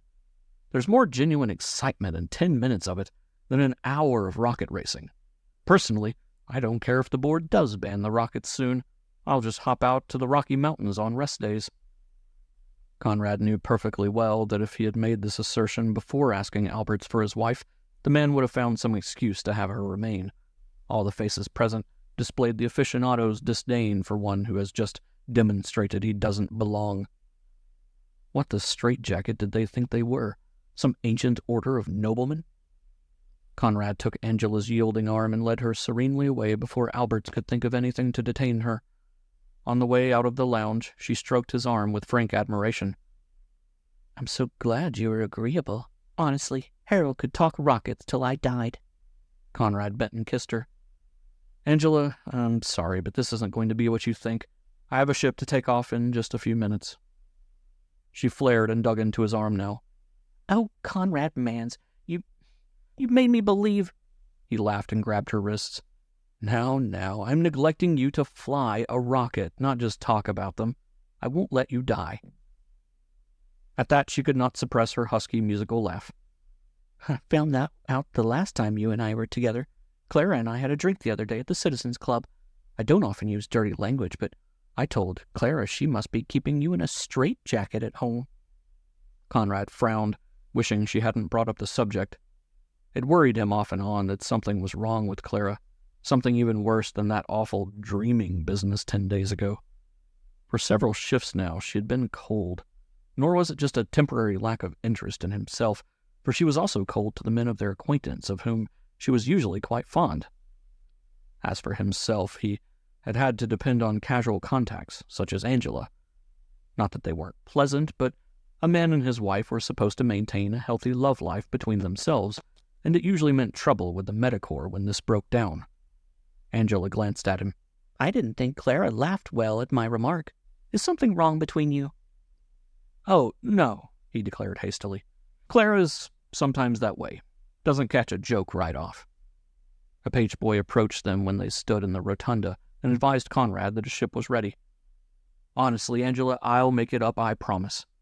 "I know you will, darling. And at least I'm grateful you saved me from all those rocket jets in there." Angela raised her lips for a kiss, and afterwards, as she pushed him toward the door, her slightly vacant face smiled at him. Out on the ramp, Conrad found another pilot ready to take off. They made 2 wagers, first to reach the racing course, and winner in a 6-lap heat around the 600-mile hexagonal course. They fired together, and Conrad blasted his ship up on a thunderous column of flame that squeezed him into his seat. He was good at this, and he knew he would win the lift to the course. On the course, though, if his opponent was any good at all, Conrad would probably lose because he enjoyed slamming the ship around the course in his wasteful, swashbuckling style much more than merely winning the heat. Conrad kept his driving on till the last possible second, and then shot out his nose jets. The ship shuddered up through another 100 miles and came to a lolling halt near the starting buoys. The other pilot gasped when Conrad shouted at him over the internship, "The winner by all 30 heads!" It was generally assumed that a race up to the course consisted of cutting all jets when you had enough lift, and using the nose brakes only to correct any overshot. "What did you do? Just keep your power on and flip the ship around?" The other racer coasted up to Conrad's level and steadied with a brief forward burst. They got the automatic signal from the starting buoy and went for the first turn, nose and nose, about half a mile apart. Conrad lost 5,000 yards on the first turn by shoving his power too hard against the starboard steering jets. It made a pretty picture when a racer hammered its way around a turn that way with a fan of outside jets holding it in place. The other fellow made his turns cleanly, using mostly the driving jets for steering, but that didn't look like much to those who happened to flip on their television while this little heat was in progress. On every turn, Conrad lost a little in space, but not in the eye of the automatic televisor on the buoy marking the turn. As usual, he cut closer to the buoys than regulations allowed to give the folks a show. Without the slightest regret, Conrad lost the heat by a full 2 sides of the hexagon. He congratulated his opponent and watched the fellow let his ship down carefully toward Earth on its tail jets. For a while, Conrad lolled his ship around near the starting buoy and its probably watching eye, flipping through a series of complicated maneuvers with the steering jets. Conrad did not like the grim countenance of outer space, the lifeless gem-like blaze of cloud upon cloud of stars, and the perspectiveless black repelled him. He liked rocket racing only because of the neat timing necessary, and possibly because the knowledge that he indulged in it scared poor old Bill Walden half to death. Today the bleak aspect of the galaxy harried his mind back upon its own problems. A particularly nasty association of Clara with Bill Walden and his sniveling kid kept dogging Conrad's mind, and as soon as stunting had exhausted his excess of fuel, he turned the ship to Earth and sent it in with a short, spectacular burst. Now that he stopped to consider it, Clara's strange behavior had begun at about the same time that Bill Walden started cheating on the shifts. That kid Mary must have known something was going on, or she would not have done such a disgusting thing as to come to their apartment. Conrad had let the rocket fall nose down, until now it was screaming into the upper ionosphere. With no time to spare, he swiveled the ship on its guiding jets and opened the drive blast at the uprushing Earth. He had just completed this wrenching maneuver when 2 appalling things happened together. Conrad suddenly knew, whether as a momentary leak from Bill's mind to his, or as a rapid calculation of his own, that Bill Walden and Clara shared a secret. At that same moment, something tore through his mind like fingers of chill wind. With 7 gravities mashing him into the bucket seat, he grunted curses past thin-stretched lips. Great blue psychiatrist. What in 30 straitjackets is that 3-headed fool trying to do? Kill us both? Conrad just managed to raise his leaden hand and set the plummeting racer for automatic pilot before Bill Walden forced him out of the shift. In his last moment of consciousness, and in the shock of his overwhelming shame, Conrad felt the bitter irony that he could not cut the power and kill Bill Walden.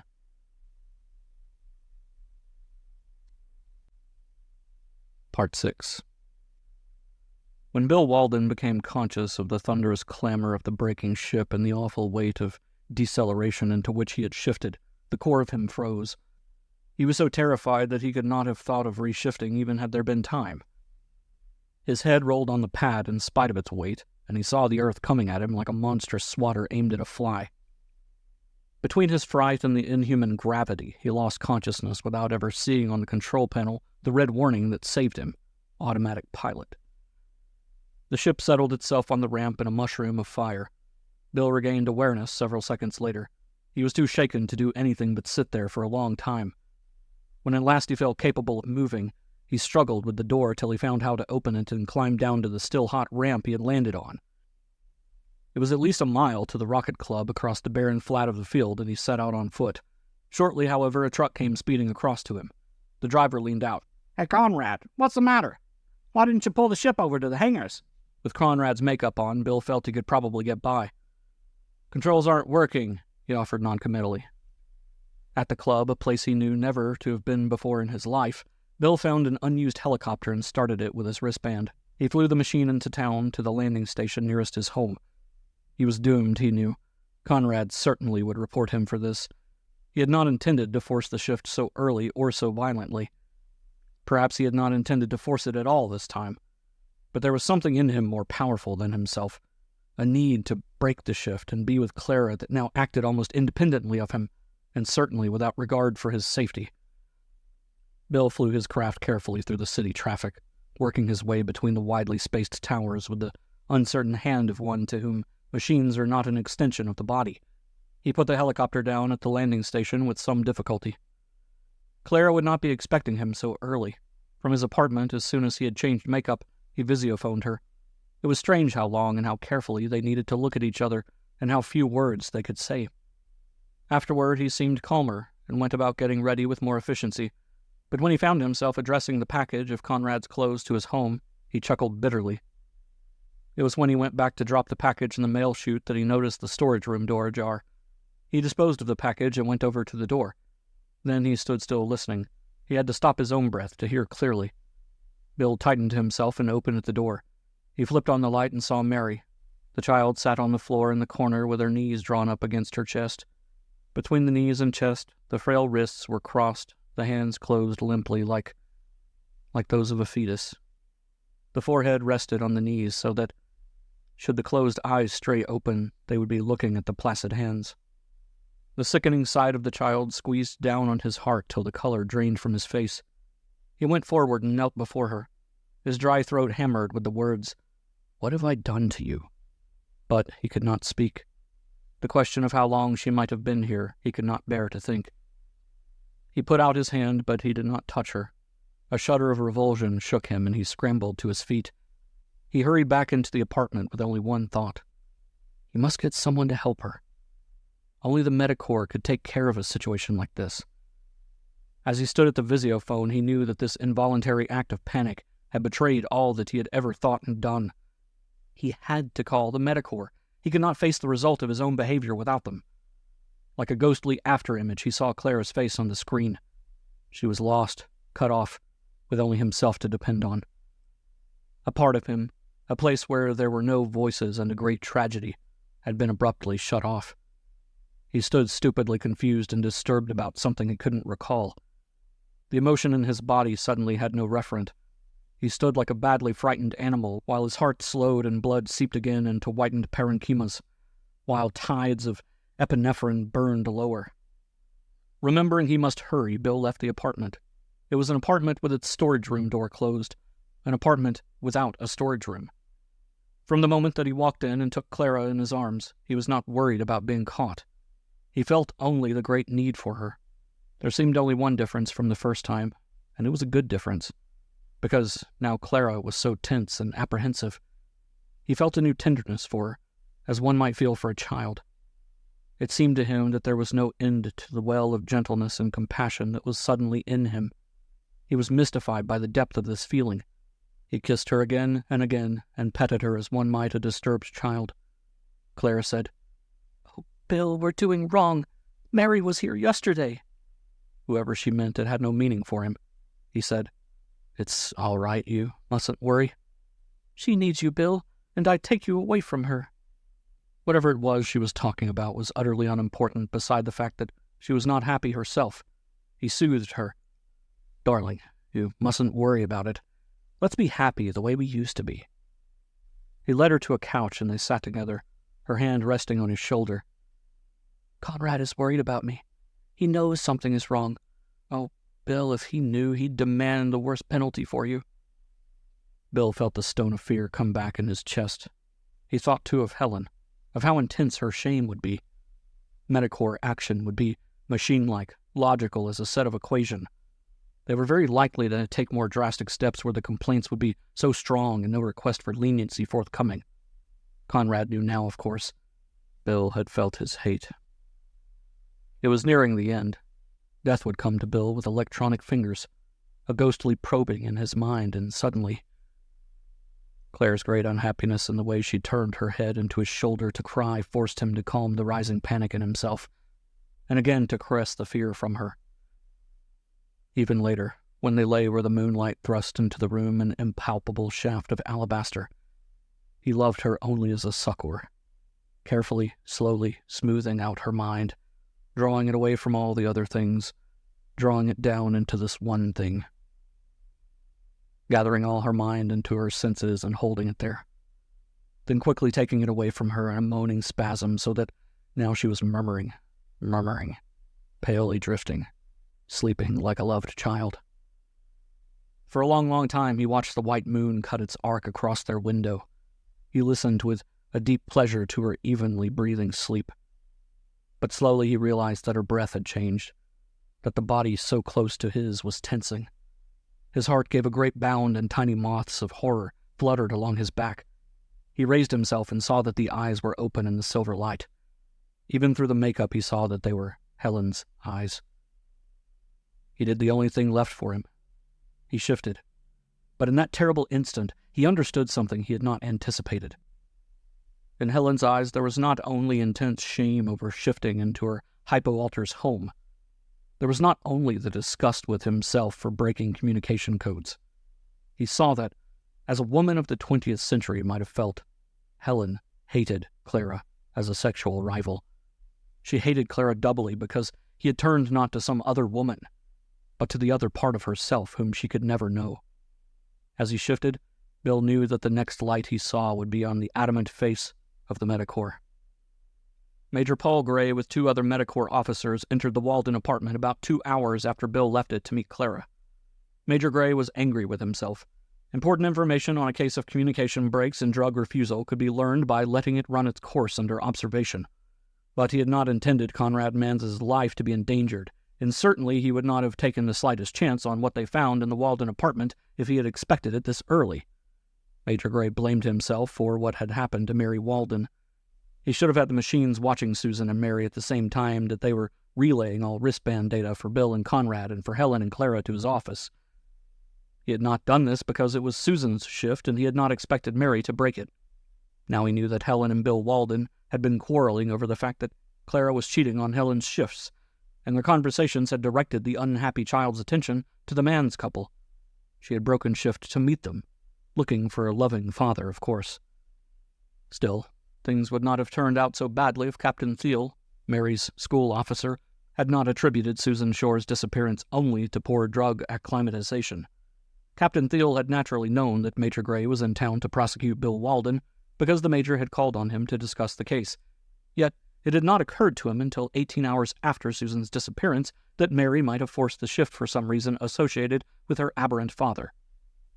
By the time the captain advised him, Major Gray already knew that Bill had forced the shift on Conrad under desperate circumstances, and he had decided to close in. He fully expected to find a father and daughter at the apartment, and now it sickened him to see the child's demented condition and realize that Bill had left her there. Major Gray could see at a glance that Mary Walden would not be accessible for days even with the best treatment. He left it to the 2 other officers to hospitalize the child and set out for the man's apartment. He used his master wristband to open the door there and found a woman standing in the middle of the room wrapped in a sheet. He knew that this must be Helen Walden. It was odd how ill-fitting Clara Manns's soft, sensual makeup seemed, even to a stranger, on the more rigidly composed face before him. He guessed that Helen would wear a color higher on her cheeks, and the mouth would be done in severe lines. Certainly the present haughty face struggled with its incongruous makeup, as well as the indignity of her dress. She pulled the sheet tighter about her and said icily, "I will not wear that woman's clothes." Major Gray introduced himself and asked, "Where is Bill Walden?" "He shifted. He left me with... Oh, I'm so ashamed." Major Gray shared her loathing. There was no way to escape the conditioning of childhood. Sex relations between hyperalter and hypoalter were more than outlawed.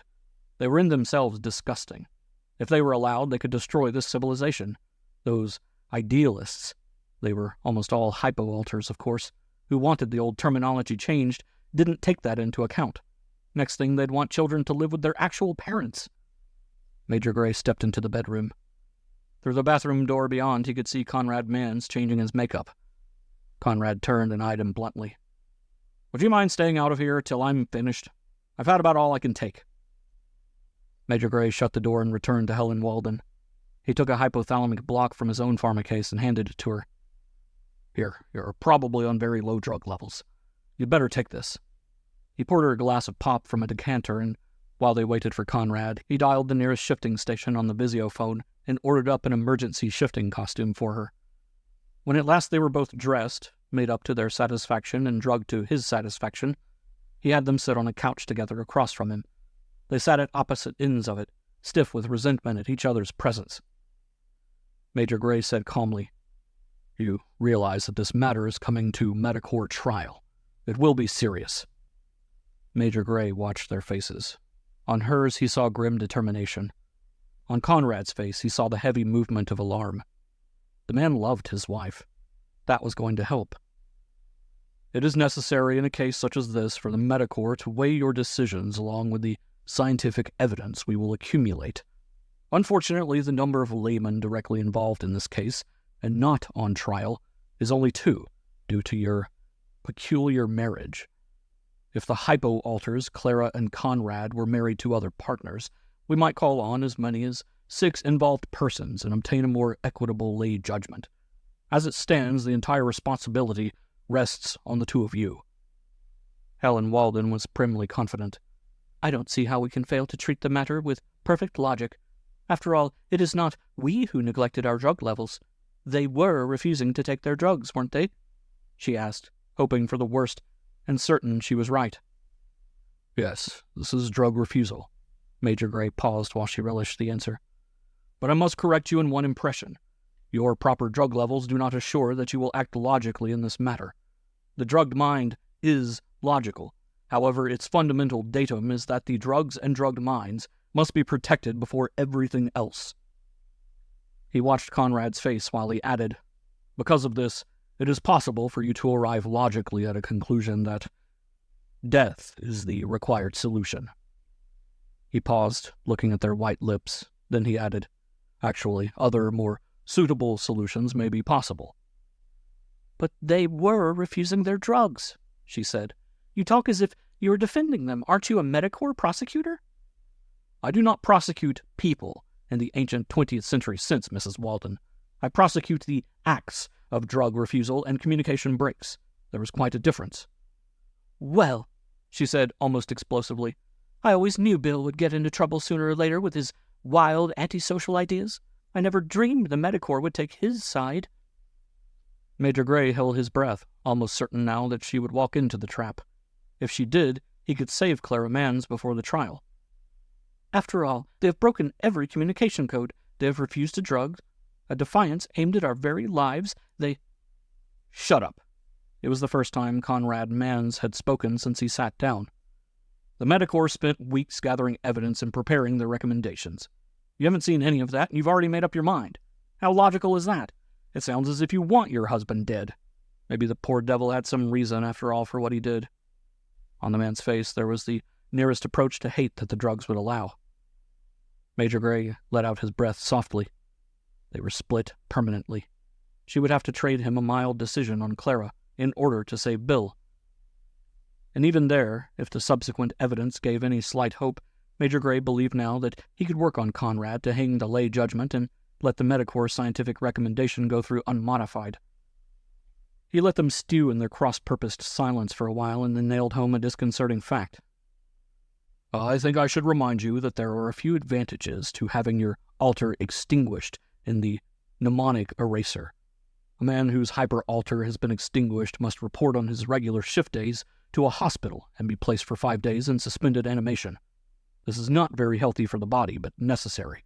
Otherwise, everyone's natural distaste for his own alter and the understandable wish to spend twice as much time living would generate schemes to have one's alter sucked out by the eraser. That happened extensively back in the 21st century before the 5-day suspension was required. It was also used as a cure for schizophrenia, but it was, of course, only the brutal murder of innocent personalities. Major Gray smiled grimly to himself.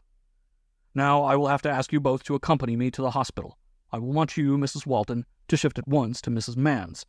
Mr. Mans, you will have to remain under the close observation of an officer until Bill Walden tries to shift back.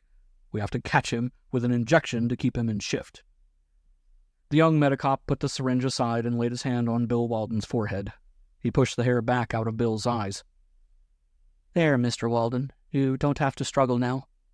Bill let out his breath in a long sigh. You've caught me. I can't shift anymore, can I? That's right, Mr. Walden. Not unless we want you to. The young man picked up his medical equipment and stepped aside. Bill noticed then the Medicorps officer standing in the background. The man was watching as though he contemplated some melancholy distance. I am Major Gray, Bill. I am handling your case. Bill did not answer. He lay staring at the hospital ceiling. Then he felt his mouth open in a slow grin. What's funny? Major Gray asked mildly. "Leaving my hypo-altar with my wife," Bill answered candidly. It had already ceased to be funny to him, but he saw Major Gray smile in spite of himself. "They were quite upset when I found them. It must have been some scramble before that." Major Gray came over and sat in the chair vacated by the young man who had just injected Bill. "You know, Bill, we will need a complete analysis of you. We want to do everything we can to save you, but it will require your cooperation." Bill nodded, feeling his chest tighten. Here it came. Right to the end, they would be tearing him apart to find out what made him work. Major Gray must have sensed Bill's bitter will to resist. His resonant voice was soft, his face kindly. "We must have your sincere desire to help. We can't force you to do anything." "Except die," Bill said. "Maybe helping us get the information that might save your life at the trial isn't worth the trouble to you. But your aberration has seriously disturbed the lives of several people. Don't you think you owe it to them to help us prevent this sort of thing in the future?" Major Gray ran his hand through his whitening hair. "I thought you would like to know Mary will come through all right. We will begin shortly to acclimatize her to her new appointed parents, who will be visiting her each day. That will accelerate her recovery a great deal. Of course, right now she is still inaccessible." The brutally clear picture of Mary alone in the storage room crashed back into Bill's mind. After a while, in such slow stages that the beginning was hardly noticeable, he began to cry. The young medicop injected him with a sleeping compound, but not before Bill knew. He would do whatever the Medicorps wanted.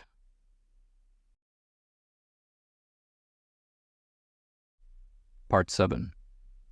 The next day was crowded with battery after battery of tests. The interviews were endless. He was subjected to 100 artificial situations, and every reaction from his blood sugar to the frequency ranges of his voice was measured. They gave him only small amounts of drugs in order to test his reaction to them. Late in the evening, Major Gray came by and interrupted an officer who was taking an electroencephalogram for the 6th time after injection of a drug. "All right, Bill, you've really given us cooperation. But after you've had your dinner, I hope you won't mind if I come to your room and talk with you for a little while." When Bill finished eating, he waited impatiently in his room for the Medicorps officer.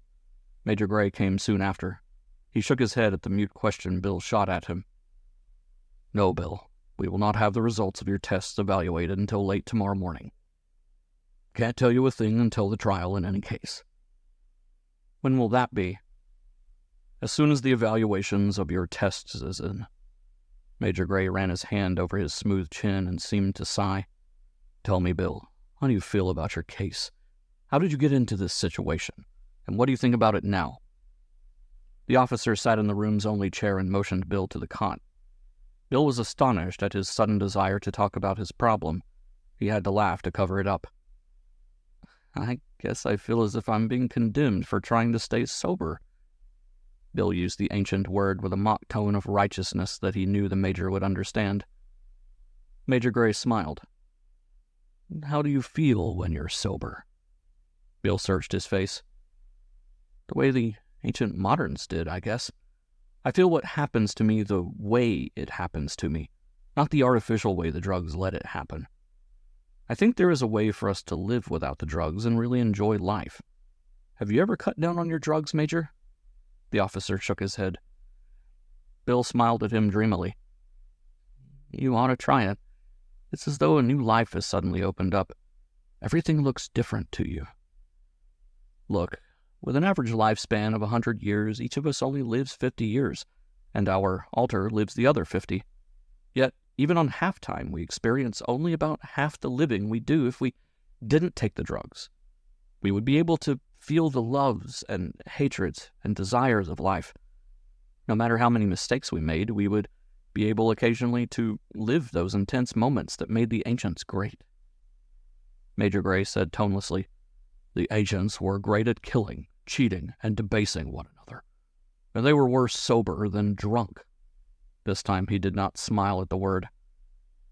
Bill understood the implacable logic before him, the logic that had saved man from himself by smothering his spirit, the carefully achieved logic of the drugs that had seized upon the disassociated personality and engineered it into a smoothly running machine, where there was no unhappiness because there was no great happiness, where there was no crime except failure to take the drugs or cross the altar sex line. Without drugs, he was capable of fury, and he felt it now. You should see how foolish these communication codes look when you're undrugged. This stupid hide-and-seek of shifting. These two-headed monsters simpering about their artificial morals and their endless prescriptions. They belong in crazy houses. What use is there in such a world? If we are all this sick, we should die. Bill stopped, and there was suddenly a ringing silence in the barren little room. Finally, Major Gray said, I think you can see, Bill, that your desire to live without drugs is incompatible with this society. It would be impossible for us to maintain in you an artificial need for the drugs that would be healthy.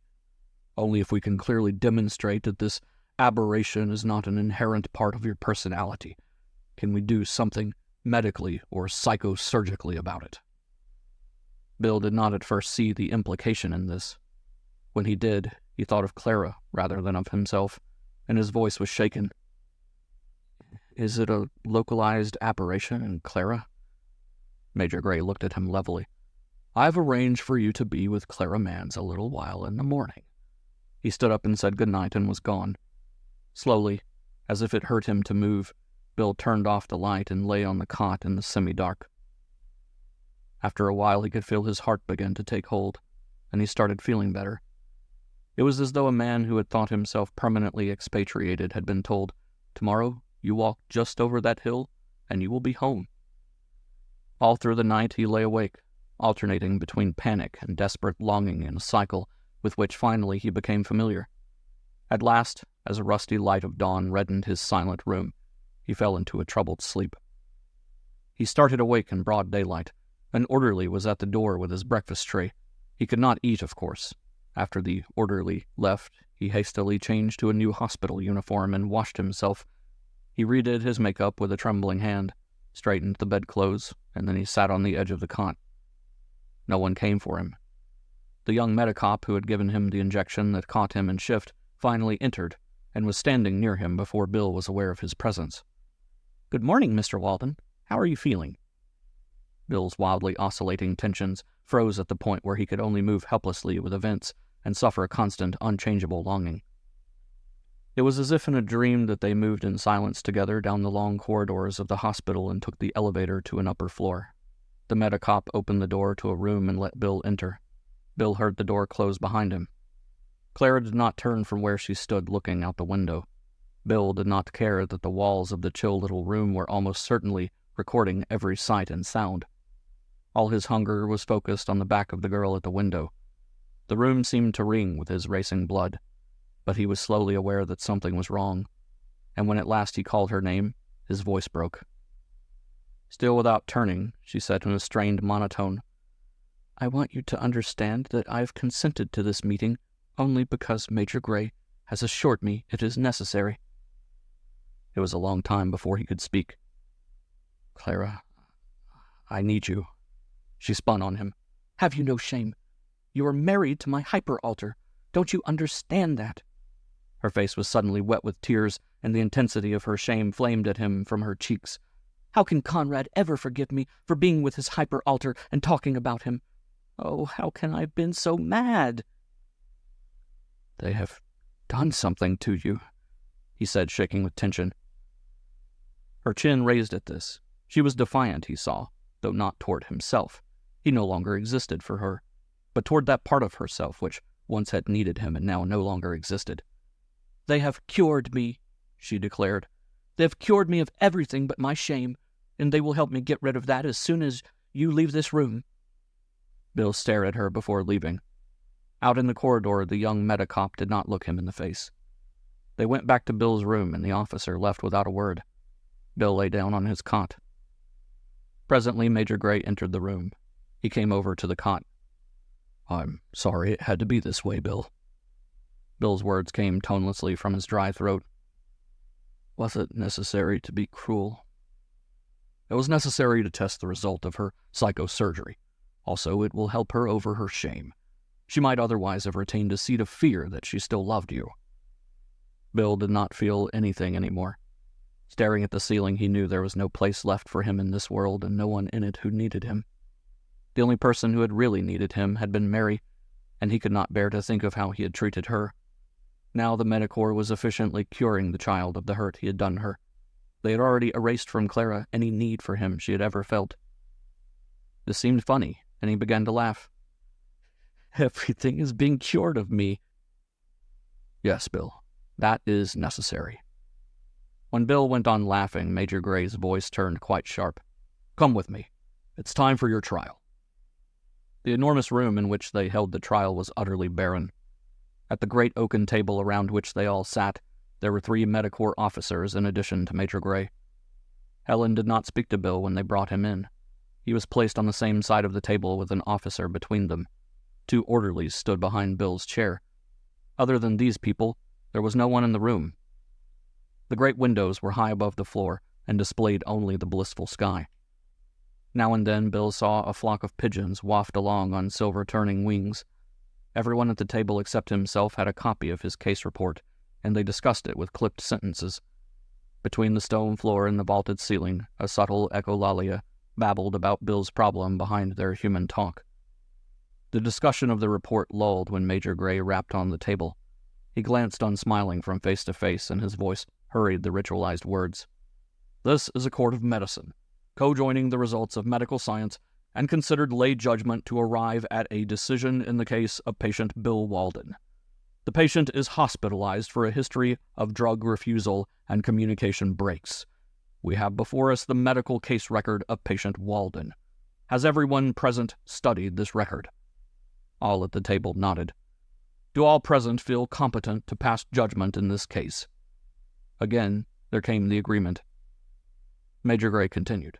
"It is my duty to advise you, in the presence of the patient, of the profound difference between a trial for simple drug refusal and one in which that aberration is compounded with communication breaks.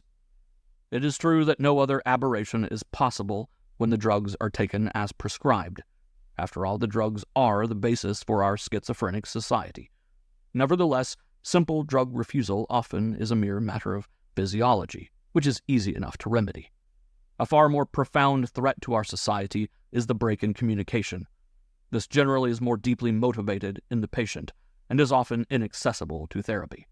Such a patient is driven to emotive explorations which place the various ancient passions and the infamous art of historical gesture, such as "give me liberty or give me death," above the welfare of society. Bill watched the birds flash down the sky, a handful of heavenly coin. Never had it seemed to him so good to look at the sky. "If they hospitalize me," he thought, "I will be content forever to sit and look from windows." "Our schizophrenic society," Major Gray was saying, "holds together and runs smoothly because in each individual the personality conflicts have been compartmentalized between hyper-alter and hypo-alter. On the social level, conflicting personalities are kept on opposite shifts and never contact each other. Or they are kept on shifts where contact is possible no more than 1 or 2 days out of 10. Bill Walden's break of shift is the type of behavior designed to reactivate these conflicts and to generate the destructive passions on which an undrugged mind feeds. Already illness and disrupted lives have resulted." Major Gray paused and looked directly at Bill. "Exhaustive tests have demonstrated that your entire personality is involved. I might also say that the aberration to live without the drugs and to break communication codes is your personality. All these Medicore officers are agreed on that diagnosis. It remains now for us of the Medicore to sit with the layman intimately involved and decide on the action to be taken. The only possible alternatives after that diagnosis are permanent hospitalization or total removal of the personality by mnemonic erasure." Bill could not speak. He saw Major Gray nod to one of the orderlies and felt the man pushing up his sleeve and injecting his nerveless arm.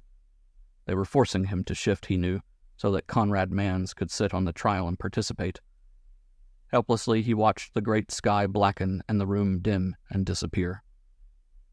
Major Gray did not avert his face, as did the others, while the shift was in progress. Helen Walden, he saw, was dramatizing her shame at being present during a shift, but the Medicorps officers simply stared at the table. Major Gray watched the face of Conrad Manns take form while the man who was going to be tried faded. Bill Walden had been without makeup, and as soon as he was sure Manns could hear him, Major Gray apologized. "I hope you won't object to this brief interlude in public without makeup. You are present at the trial of Bill Walden." Conrad Manns nodded, and Major Gray waited another full minute for the shift to complete itself before he continued.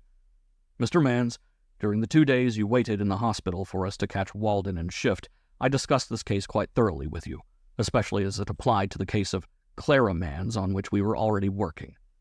You will recall that in the case of your wife, the Medicorps diagnosis was one of a clearly localized aberration. It was quite simple to apply the mnemonic eraser to that small section without disturbing in any way her basic personality. Medicorps agreement was for this procedure, and the case did not come to trial, but simply went to operation, because lay agreement was obtained. First yourself, and eventually—" Major Gray paused and let the memory of Helen's stubborn insistence that Clara die stir in Conrad's mind. Mrs. Walden agreed with the Medicorps.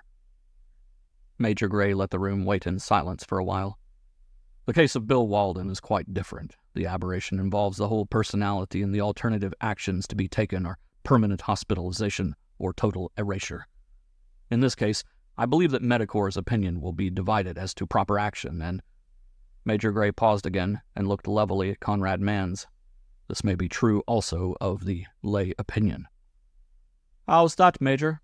demanded the highest-ranking Medicorps officer present, a colonel named Hart, a tall, handsome man on whom the military air was a becoming skin.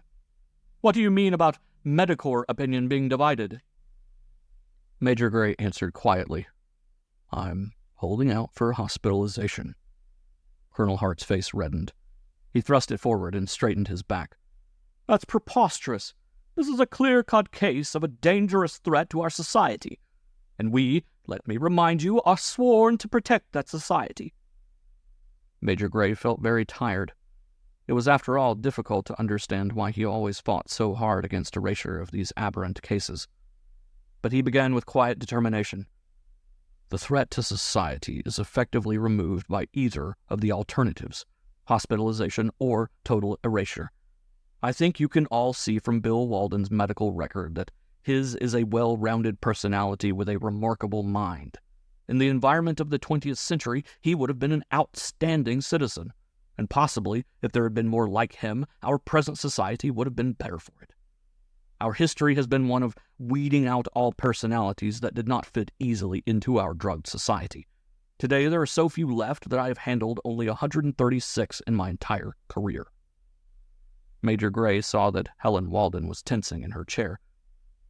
He suddenly realized that she sensed better than he the effect he was having on the other men. "We should not forget that each time we erase one of these personalities," he pressed on relentlessly, "society loses irrevocably a certain capacity for change. If we eliminate all personalities who do not fit, we may find ourselves without any minds capable of meeting future change. Our direct ancestors were largely the inmates of mental hospitals. We are fortunate they were not erased. Conrad Manns," he asked abruptly, "what is your opinion on the case of Bill Walden?" Helen Walden started, but Conrad Manns shrugged his muscular shoulders.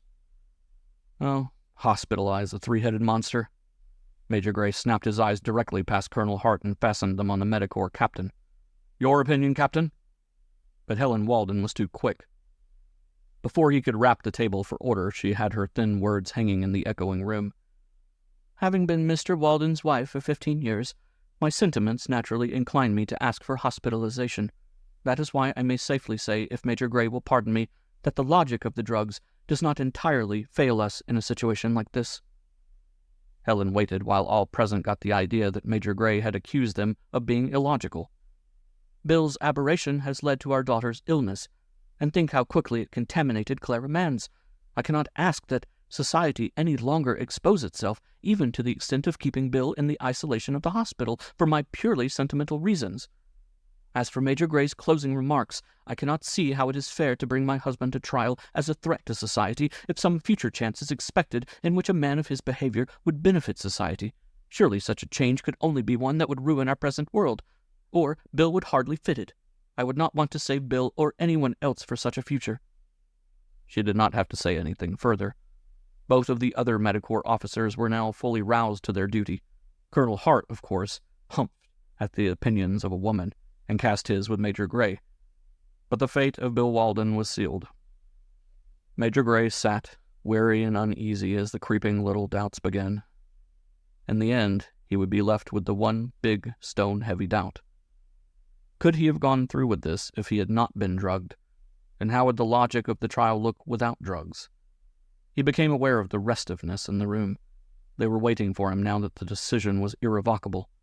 Without the drugs, he reflected, they might be feeling, what was the ancient word? Guilt? No, that was what the criminal felt. Remorse? That would be what they should be feeling. Major Gray wished Helen Walden could be forced to witness the erasure. People did not realize what it was like. What was it Bill had said? You should see how foolish these communication codes took when you're undrugged, this stupid hide-and-seek of shifting. Well, wasn't that a change to be inspected seriously? If you were taking it seriously enough to kill the man for it? As soon as this case was completed, he would have to return to his city and blot himself out so that his own hyper-alter, Ralph Singer, a painter of bad pictures and a useless fool, could waste 5 more days. To that man he lost half his possible living days. What earthly good was Singer? Major Gray roused himself and motioned the orderly to inject Conrad Manns so that Bill Walden would be forced back into shift. As soon as I have advised the patient of our decision, you will all be dismissed. Naturally, I anticipated this decision and have arranged for immediate erasure. After the erasure, Mr. Manns, you will be instructed to appear regularly for suspended animation. For some reason, the first thing Bill Walden did when he became conscious of his surroundings was to look out the great window for the flock of birds. But they were gone. Bill looked at Major Gray and said, "What are you going to do?" The officer ran his hand back through his whitening hair, but he looked at Bill without wavering. "You will be erased." Bill began to shake his head. "There's something wrong," he said. "Bill," the major began. "There is something wrong," Bill repeated hopelessly. "Why must we be split, so there is always something missing in each of us? Why must we be stupefied with drugs that keep us from knowing what we should feel? I was trying to live a better life. I did not want to hurt anyone." "But you did hurt others," Major Gray said bluntly. "You would do so again if allowed to function in your own way in this society. Yet it would be insufferable to you to be hospitalized. You would be shut off forever from searching for another Clara Manns. And there is no one else for you, is there?" Bill looked up, his eyes cringing as though they stared at death. "No one else?" he asked vacantly. "No one?" The 2 orderlies lifted him up by his arms, almost carrying him into the operating room. His feet dragged helplessly. He made no resistance as they lifted him onto the operating table and strapped him down.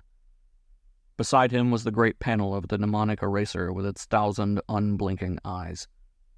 The helmet-like prober cabled to this calculator was fastened about his skull, and he could no longer see the professor, who was lecturing in the amphitheater above. But along his body he could see the group of medical students.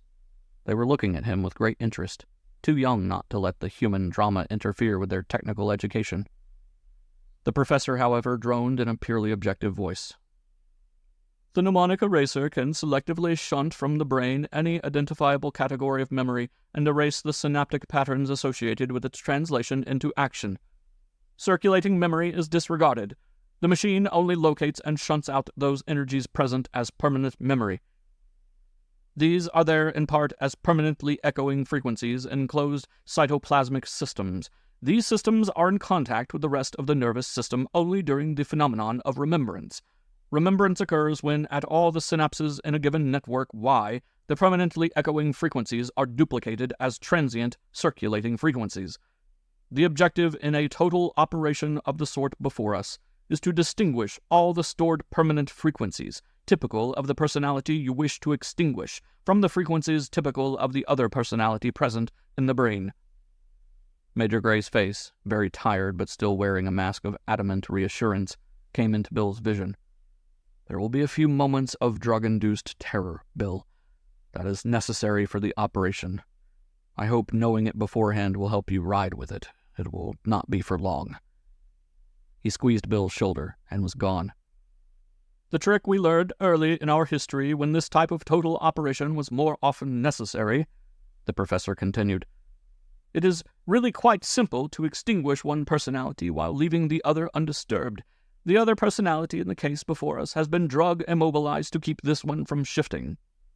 At the last moment, this personality before us will be drug stimulated to bring it to the highest possible pitch of total activity. This produces utterly disorganized activity, every involved neuron and synapse being activated simultaneously by the drug. It is then a simple matter for the mnemonic eraser to locate all permanently echoing frequencies involved in this personality and suck them into its receiver." Bill was suddenly aware that a needle had been thrust into his arm. Then it was as though all the terror, panic, and traumatic incidents of his whole life leaped into his mind. All the pleasant experiences and feelings he had ever known were there too, but were transformed into terror. A bell was ringing with regular strokes. Across the panel of the mnemonic eraser, the tiny counting lights were alive with movement. There was in Bill a fright, a demand for survival so great that it could not be felt. It was actually from an island of complete calm that part of him saw the medical students rising dismayed and white-faced from their seats. It was apart from himself that his body strained to lift some mountain and filled the operating amphitheater with shrieking echoes. And all the time, the 1,000 eyes of the mnemonic eraser flickered in swift patterns, a silent measure of the cells and circuits of his mind. Abruptly, the tiny red counting lights went off. A red beam glowed with a burr of warning. Someone said, "Now!" The mind of Bill Walden flashed along a wire as electrical energy and, converted on the control panel into mechanical energy, it spun a small ratchet counter. "Please sit down," the professor said to the shaken students. "The drug that has kept the other personality immobilized is being counteracted by this next injection. Now that the sickly personality has been dissipated, the healthy one can be brought back rapidly. As you are aware, the synapse operates on the binary yes-no choice system of an electronic calculator. All synapses which were involved in the diseased personality have now been reduced to an atypical uniform threshold. Thus, they can be re-educated in new patterns by the healthy personality remaining. There, you see the countenance of the healthy personality appearing." It was Conrad Mans who looked up at them with a wry grin. He rotated his shoulders to loosen them. "How many of you pushed old Bill Walden around? He left me with some sore muscles. Well, I did that often enough to him." Major Gray stood over him, face sick and white with the horror of what he had seen. "According to law, Mr. Mans, you and your wife are entitled to 5 rest days on your next shift. When they are over, you will, of course, report for suspended animation for what would have been your hyper-alters shift." Conrad Mans's grin shrank and vanished. "Would have been?